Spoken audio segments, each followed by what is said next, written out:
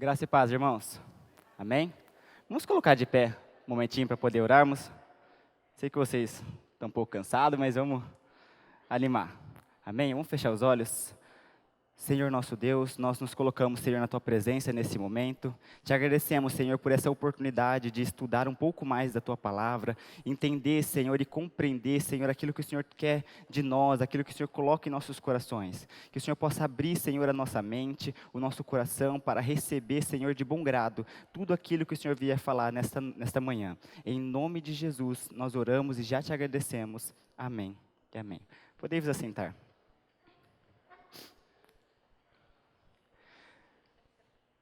Bom, gente, na semana passada nós falamos sobre a face obscura do dinheiro. E hoje nós vamos falar sobre a face luminosa do dinheiro, certo? A Bíblia nos mostra diversos perigos, como nós aprendemos na semana passada, que a riqueza pode nos trazer. Nós aprendemos na semana passada, que ela pode ocupar o lugar de Deus nas nossas vidas, ela pode tirar o nosso foco da fé, ela pode tirar os nossos olhos de Deus, e ela pode colocar os nossos olhos em outras coisas. Só que nós vamos ver também, nós precisamos ver também, que o lado positivo do dinheiro, nós precisamos ver o lado bom do dinheiro. E nós vamos ver que o dinheiro é uma dádiva de Deus derramada sobre nós e que nós podemos e devemos usar para expandir o reino de Deus e para glorificar o nome dele. Amém? E esse estudo que nós fizemos, que nós vamos falar nesta manhã, eu dividi em 3 partes. A primeira eu vou falar sobre a face luminosa do dinheiro, mostrando alguns exemplos bíblicos de homens no Novo Testamento e no Antigo Testamento, que foram homens que receberam essa dádiva de Deus e que não se corromperam por ela. Então eu vou passar alguns versículos, eu coloquei nos slides para ficar mais fácil, para nós não perdermos muito tempo abrindo, sobre primeiramente no Antigo Testamento. O primeiro deles, o exemplo é de Abraão, que está escrito lá em Gênesis 13, 2, e depois Gênesis 5, versículo 6. Diz assim: Era Abraão muito rico, possuía gado, prata e ouro. Ló, que ia com Abraão, também tinha rebanhos, gado e tendas, e a terra não podia sustentá-los para que habitassem juntos, porque eram muitos os seus bens, da sorte que não podiam habitar um na companhia do outro.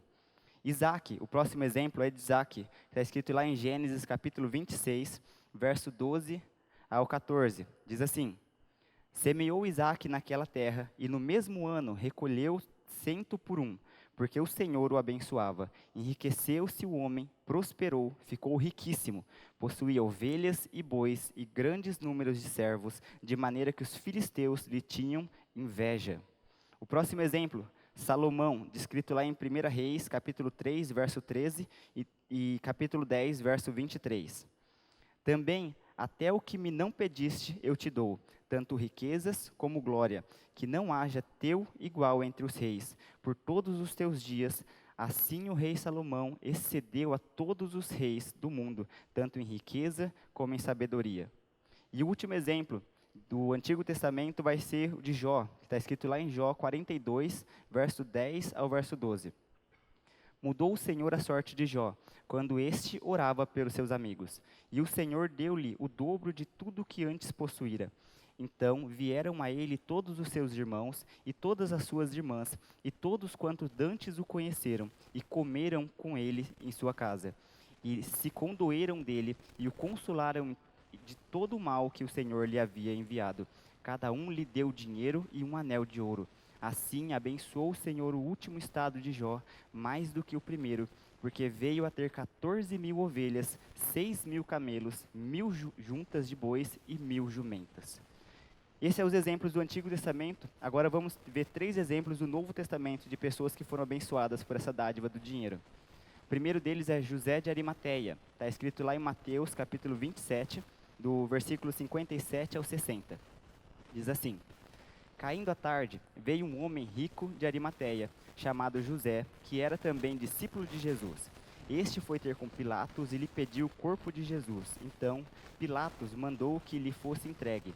E José, tomando o corpo, envolveu-o num pano limpo de linho e o depositou no seu túmulo novo, que fizera abrir na rocha. E rolando uma grande pedra para a entrada do sepulcro, se retirou. Agora, o exemplo das mulheres, descrita em Lucas, capítulo 8, verso 2 e 3. e também algumas mulheres que haviam sido curadas de espíritos malignos e de enfermidade, Maria, chamada Madalena, da qual saíram 7 demônios, Joana, mulher de Cusa, procurador de Herodes, Susana e muitas outras, as quais lhe prestavam assistências com seus bens. E o último exemplo de Barnabé, descrito lá em Atos, capítulo 4, verso 36 ao 37. Diz assim: José, a quem os apóstolos deram o sobrenome de Barnabé, que quer dizer filho de exortação, levita, natural de Chipre, como tivesse um campo, vendendo, trouxe o preço e o depositou aos pés dos apóstolos. Então, esses exemplos, tanto do Antigo quanto do Novo Testamento, nos mostra a generosidade de Deus. Nos mostra que Deus derrama a sua generosidade sobre algumas pessoas, e essas pessoas, com esses exemplos que nós demos, são pessoas que não se corromperam com o dinheiro. Pessoas que foram gratas e que usaram o dinheiro para o reino de Deus se expandir. Pessoas que foram usadas por Deus nessa área financeira, em muitos momentos da vida deles. E uma aplicação para nós pensarmos um pouco, é o que nós temos sido gratos com aquilo que Deus tem colocado em nossas mãos? Como nós temos sido gratos a isso? Um princípio fundamental das Escrituras é a gratidão. É um princípio fundamental de Deus. Nós vemos que se nós temos o que comer, se nós temos o que vestir, se nós temos aonde morar, nós já somos abençoados por essa dádiva de Deus. E nós já devemos ser gratos. E nós podemos e devemos usar o nosso dinheiro para expandir o reino de Deus. Nós temos essa obrigação em nós, porque Deus já tem derramado a sua dádiva sobre nós, já tem derramado as suas bênçãos sobre nós. Porque talvez muitas vezes nós pensamos, eu não sou rico, eu não tenho muito dinheiro ou muita propriedade. Só que Deus, ele fala de pessoas que têm aquilo que comer, têm aquilo que vestir, têm aonde morar. Então essas pessoas, se nós somos essas pessoas, e eu tenho certeza que todos vocês têm o que comer, têm o que vestir, nós somos gratos, nós temos que ser gratos, porque nós temos a dádiva de Deus sobre as nossas vidas. Amém? Esse é o primeiro ponto que o nosso estudo vai nos mostrar, que é o exemplo de pessoas que tiveram dinheiro e não se corromperam com ele. O segundo ponto, nós vamos falar sobre a confiar no sustento do alto. Nós precisamos confiar em Deus, na área financeira. Isso é uma obrigação nossa de confiar nele, entendendo quem ele é. Porque se nós compreendermos quem Deus é e qual é o poder de Deus, o agir de Deus, nós devemos e podemos confiar nele. Amém? Então, primeiro ponto, confiar no Deus supremo. A Bíblia deixa muito claro para nós, se você ler as Escrituras, ela deixa muito claro que tudo pertence a Deus. O ouro e a prata pertencem a Deus, os animais pertencem a Deus, o futuro do homem pertence a Deus, a morte e a vida tudo pertence a Deus. E nós vamos ver que quando nós compreendemos isso, fica muito mais simples e muito mais fácil nós compreendermos o poder infinito de Deus agindo nas nossas vidas. E que nada acontece sem a ordem de Deus, sem o mandamento de Deus sobre nós. Nós podemos confiar que Ele cuida de nós. Ele cuida da minha vida, Ele cuida da sua vida, porque Deus ele tem poder e a Ele pertence todas as coisas. Tem um teólogo do passado chamado Abraham Kuyper. Pode passar, por favor, a tela? Ele disse uma frase muito famosa hoje em dia e muito interessante também. Ele diz assim, não há um único centímetro quadrado em todos os domínios de nossa existência sobre os quais Cristo, que é soberano sobre tudo, não clame, é meu. Então, tudo pertence a Deus. Deus é dono de todas as coisas lá fora. Deus é dono de todos os animais. Tudo pertence ao Senhor na natureza. E na nossa vida financeira também, tudo pertence a Deus. Nós temos que confiar nesse poder infinito e glorioso de Deus sobre a nossa vida financeira, sobre o nosso sustento. Certo? E o segundo é confiar num Deus provedor. Nós não vamos abrir, mas Gênesis 22:14, Deus se apresenta como Jeová Jireh, que significa Deus proverá. E Deus é um Deus que provê as coisas para nós. Deus é um Deus que sustenta as nossas vidas. Assim como Deus, se você lembra da história, Deus sustentou o povo de Israel no deserto, na passagem do deserto para a terra prometida, Deus sustentou aquele povo, mesmo que aquele povo fosse um povo desobediente, rebelde, fosse um povo que muitas vezes estava trocando Deus por outros deuses, trocando Deus por outros ídolos, Deus ele sempre sustentou aquele povo. E Deus também, assim como Ele sustentou aquele povo, Deus ele vai estar sempre sustentando as nossas vidas, sempre provendo as necessidades básicas para as nossas vidas. Muitas vezes nós temos que esquecer daquilo que as outras pessoas têm, porque nós somos seres humanos, fazem isso, de comparação. Então, muitas vezes nós ficamos comparando a nossa vida financeira com a vida financeira de outras pessoas, esquecendo que nós temos um Deus que provê aquilo que nós precisamos, aquilo que nós necessitamos. Esse é o Deus que provê, o Jeová Jireh está sobre as nossas vidas e Ele vai prover tudo aquilo que nós necessitamos, certo? Continuando aqui então, nós precisamos confiar nos ensinamentos de Cristo. Se você já leu o Sermão do Monte, você vai ver que Jesus, ele mostra que nós precisamos, que Deus vai nos sustentar em todos os momentos. Por exemplo, Mateus capítulo 6, verso 33, ele diz assim: mas buscai primeiramente o reino de Deus e a sua justiça, e todas essas coisas vos serão acrescentadas. Se você conseguir cumprir esse mandamento, que diz logo no começo, buscai primeiramente o reino de Deus e a sua justiça, você tem uma promessa de Deus, sabendo que todas as suas necessidades básicas vão ser supridas. Então quer dizer, se nós buscarmos primeiramente o reino de Deus, nós buscarmos primeiramente a presença de Deus, nós temos a promessa de Deus que as nossas necessidades básicas vão ser cumpridas, vão ser supridas, melhor dizendo. Vão ser supridas em todas elas. Nós não vamos passar por dificuldade, não que nós não possamos passar por dificuldade, porque a dificuldade faz parte da vida, mas nós vamos saber que na dificuldade, Deus está conosco, Deus vai estar nos sustentando, vai estar nos dando forças, e nós não precisamos ficar preocupados ou desesperados como as pessoas que não têm a Cristo. Então essa é uma promessa de Deus e nós precisamos confiar nesses ensinamentos de Cristo, como Ele deu no Sermão do Monte, certo? E, por último, nessa segunda parte, é confiar nos ensinamentos dos apóstolos. Uma vez que Deus é a fonte do nosso sustento, nós não podemos colocar esperança no dinheiro. Foi por isso que Paulo lá orienta Timóteo que advertisse os ricos de seu tempo para que confiassem somente em Deus. Essa eu queria que vocês abrissem, 1 Timóteo capítulo 6, verso 17. E após a leitura, permaneça com esse texto aberto, porque nós vamos ler novamente esse Timóteo capítulo 6, só que em outra parte, em outro versículo. Amém?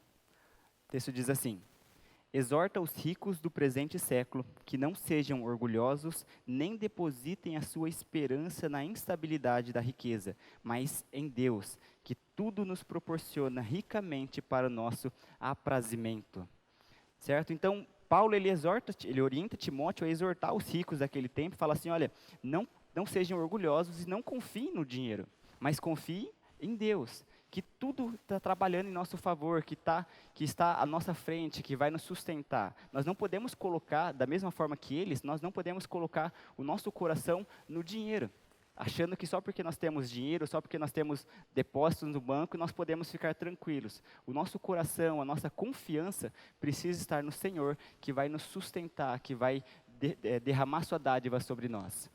E quando nós compreendemos isso, o nosso relacionamento com Deus ele vai a um outro nível. Nós passamos a confiar inteiramente nele. Nós passamos a confiar no seu favor, passamos a confiar na sua graça sobre nós. E como eu falei, nós não ficamos desesperados quando passamos por alguma dificuldade. Se você nunca passou por uma dificuldade financeira, não é jogando praga sobre você, mas um dia você vai passar. E nesses momentos de dificuldade, nós precisamos estar confiando que Deus é o Deus que tudo pertence. A Ele está todo o poder, Ele é dono de todas as coisas e Ele cuida das nossas vidas. Caso contrário, no momento da dificuldade, nós vamos desesperar e nós vamos achar qualquer outro meio, qualquer outro caminho para fugir desse desespero ou para fugir dessa crise. Então nós precisamos confiar naquilo que Deus tem feito em nossas vidas e daquilo que Deus pode fazer em nossas vidas. Amém? E o último ponto do nosso estudo é a visão prática da face luminosa. Tem uma citação do Richard Foster, eu também coloquei aí no slide para nós vermos. Pode passar, por favor, o slide? Ele faz duas citações muito interessantes, ele fala o seguinte. Isso. Cristãos ensinados e disciplinados corretamente adquirirão a capacidade de possuir as coisas sem ser corrompidos por elas e de usá-las para os propósitos mais amplos do reino de Deus. O chamado de Deus para nós é de usar o dinheiro dentro dos limites de uma vida espiritual corretamente disciplinada e administrar para o bem de toda a humanidade e para a glória de Deus. Olha que interessante o começo, quando ele fala que cristãos ensinados e disciplinados corretamente vão ser aqueles que vão possuir as coisas sem ser corrompidos por ela. É bem verdade que o dinheiro, se nós não tomarmos cuidado, ele corrompe a nossa vida. Talvez quando nós temos pouco dinheiro, não. Mas quando nós temos muito dinheiro, isso pode corromper. Mas se você é um cristão que é ensinado, é disciplinado de forma correta, você vai possuir riquezas ou possuir dinheiro e não vai ser corrompido por eles. Assim como o exemplo que eu dei daqueles homens do Antigo e do Novo Testamento. Pessoas que tinham dinheiro, tinham posses, mas em momento nenhum foram corrompidos por ele. Não deixaram que o dinheiro usasse eles, mas que eles usassem o dinheiro para que o reino de Deus se expandisse, para que a glória de Deus venha a ser mostrada no mundo. Então isso é muito importante, principalmente para os nossos tempos, onde nós vivemos em um mundo capitalista, onde nós vivemos em um mundo onde muito mais vale aquilo que você tem do que aquilo que você é. Então nós precisamos ser cristãos que são ensinados, ser desaprendido ao dinheiro, entender que o dinheiro é um mero material, uma mera ferramenta nas nossas mãos, e não nós somos ferramentas na mão do dinheiro. Amém? E o apóstolo Paulo, ele ordena que Timóteo advertisse os ricos da sua igreja com as seguintes palavras. Se você está lá em 1 Timóteo, capítulo 6, nós vamos ler o verso 18 e 19 agora. Se você não fechou. Diz assim o texto: que pratiquem o bem, sejam ricos de boas obras, generosos em dar e prontos a repartir, que acumulem para si mesmos tesouros, sólidos fundamentos para o futuro, a fim de se apoderarem da verdadeira vida. Olha o que Paulo fala para Timóteo, falar aos ricos, né? Que pratiquem o bem e sejam ricos em boas obras. Não busquem simplesmente riquezas materiais. Nós não podemos, a nossa vida não pode ser uma corrida em busca de dinheiro, em busca de bens materiais, mas a nossa vida precisa ser rica em boas obras. Nós não estamos falando aqui de obras que salvam, mas como crentes nós precisamos fazer obras, precisamos ajudar as outras pessoas, precisamos estender as nossas mãos para os necessitados que estão próximos a nós. Então nós precisamos entender que o dinheiro ele é uma ferramenta em nossas mãos. E se Deus tem colocado essa ferramenta em suas mãos, abra o seu coração e ajude pessoas que estão necessitando. Entenda que isso pode fazer que o reino de Deus se expanda. Entenda que o dinheiro pode ser algo que glorifique o nome de Deus. Amém? Eu queria dar 2 exemplos para nós finalizarmos. O primeiro é de igrejas que são comprometidas com o reino de Deus. Nós temos que ver que não é somente os ricos que devem ser generosos, que devem ajudar. Os pobres também precisam ajudar. E nós temos 2 exemplos aqui. Primeiro que os membros da igreja primitiva, eles eram generosos com os irmãos, e os pobres da igreja de Macedônia foram generosos também com Paulo. Isso está relatado lá em 2 Coríntios, capítulo 8. Dessa forma, os recursos eram divididos entre as igrejas. Se você ler o livro de Atos, você vai perceber que pessoas que tinham dinheiro davam as suas propriedades para que o dinheiro fosse dividido, e até pessoas que não tinham muito dinheiro, elas estavam ajudando com aquilo que elas tinham. Porque muitas vezes o que tem no nosso coração é, olha, é só os ricos que têm que doar, é só os ricos que têm que ofertar, e têm que ofertar bastante. Mas não, todos nós devemos ajudar. Todos nós devemos contribuir com aquilo que nós temos, com aquilo que Deus tem colocado em nossas mãos, com a medida da bênção que Deus tem colocado em nossas mãos. Então não é uma exclusividade das pessoas ricas, é uma exclusividade de todos nós. Todos nós precisamos ser comprometidos com o reino de Deus. Nós temos que ser comprometidos. É um exemplo, por exemplo, livros que edificam ou coisas que edificam a sua vida no reino de Deus. Muitas vezes você vai comprar um livro, você vai comprar um material, e você olha lá um material de R$50, você fala, nossa, que material caro. Só que R$50, se você for parar para pensar, você gasta assim, brincando num sábado, ou quando você sai para comer alguma coisa. Então, muitas vezes, os R$50 é muito mais caro quando vai comprar alguma coisa da fé cristã do que quando vai comprar um lanche, ou quando vai comprar uma pizza, ou quando vai fazer qualquer outra coisa. Então nós temos que pensar nessa expansão do reino de Deus. Se você realmente se importa com a expansão do reino de Deus, você não pode ser apreendido ao dinheiro nesse ponto. Nós precisamos ser um pouco mais liberais, precisamos entender que nós estamos fazendo com que o reino de Deus cresça e que o nome de Cristo seja glorificado. Amém? O segundo ponto, o segundo exemplo, é o exemplo de pessoas comprometidas com o próximo. Abra, por favor, sua Bíblia em Atos, capítulo 10, verso 1 e 2. Vamos ver a história de um homem chamado Cornélio. Atos 10, versículo 1 e 2. O texto diz assim: morava em Cesareia um homem de nome Cornélio, centurião da corte chamada Italiana, piedoso e temente a Deus com toda a sua casa, e que fazia muitas esmolas ao povo, e de contínuo orava a Deus. Esse é um exemplo de um homem que entendia, que era comprometido com o próximo.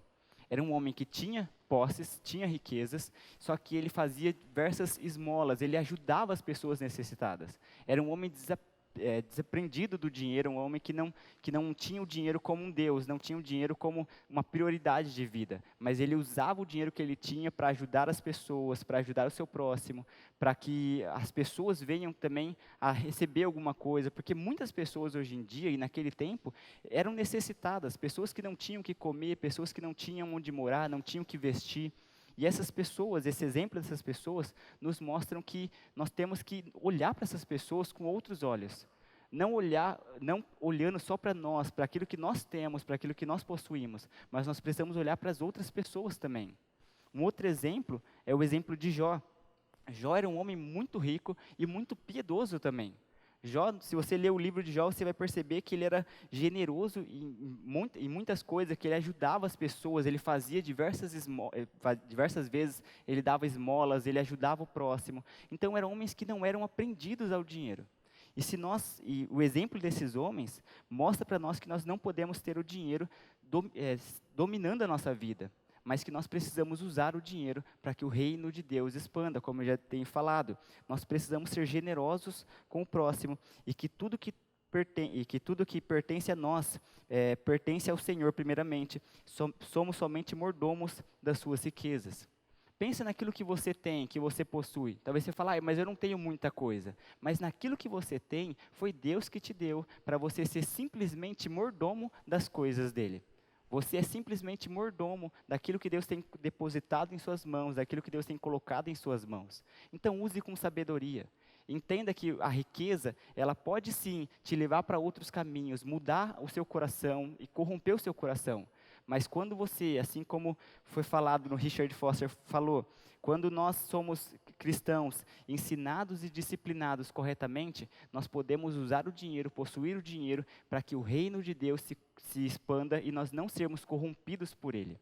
E eu não sei como está o seu coração nessa área financeira, mas se você percebe que você já foi corrompido pelo dinheiro, há um momento de voltar ainda. Você pode voltar ao Senhor, você pode depositar o seu coração diante dele e falar que você não quer mais ser corrompido por ele, você não quer mais ser mais ganancioso em questão do financeiro, em questão do dinheiro, e sim depositar toda a sua fé, toda a sua confiança em Deus, no Senhor. Mas caso contrário, use esse dinheiro que você tem, que você possui, para que o reino de Deus cresça, para que o reino de Deus se expanda. Amém? Bom, essa é a lição que nós passamos sobre a face luminosa do dinheiro. Alguém tem alguma pergunta sobre o que foi falado? Não? Então vamos orar para finalizar? Feche os seus olhos. Senhor nosso Deus, nós te agradecemos, Pai, por esse momento e pedimos a Ti, Senhor, que o Senhor venha a tocar em nosso coração, Senhor, na área financeira. Uma área tão complicada, Senhor, nos nossos dias, que tem levado tantas pessoas boas, tantas pessoas de Deus a cair, Senhor, a se corromper. Que nós, Senhor, possamos ser cristãos disciplinados corretamente, ensinados corretamente, para que nós possamos possuir aquilo que o Senhor tem colocado em nossas mãos e não se corromper por elas. Senhor, que a Tua graça esteja sobre nós e que o Senhor possa sustentar as nossas vidas, que nós possamos confiar em Ti, em nome de Jesus. Assim nós oramos, já te agradecemos. Amém.